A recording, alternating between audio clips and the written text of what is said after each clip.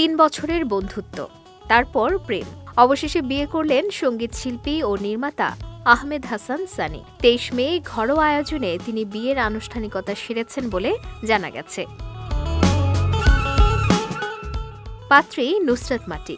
তিনি ইউরোপে চলচ্চিত্র নিয়ে পড়াশোনা করেছেন, গল্প ও চিত্রনাট্য লিখছেন, সঙ্গে একটি বেসরকারি বিশ্ববিদ্যালয়ে চলচ্চিত্র বিষয়ে শিক্ষকতা করছেন।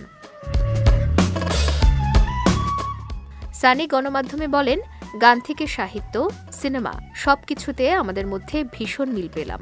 এটাই এই সম্পর্ক এগিয়ে নিতে সহায়তা করেছে। মাটি ভীষণ মেধাবী, অনেক জানে, এটাই আমাকে বেশি আকর্ষিত করেছে। বিয়ের খবরের সঙ্গে অনুরাগীদের আরও একটি সুখবর দিলেন সানি। তিনি জানান, তার নতুন 2টি গান শিগগিরই মুক্তি পেতে যাচ্ছে। এরই মধ্যে রেকর্ডিং সম্পূর্ণ হয়েছে। 2টি গানই কবিতা থেকে রূপান্তর করা হয়েছে।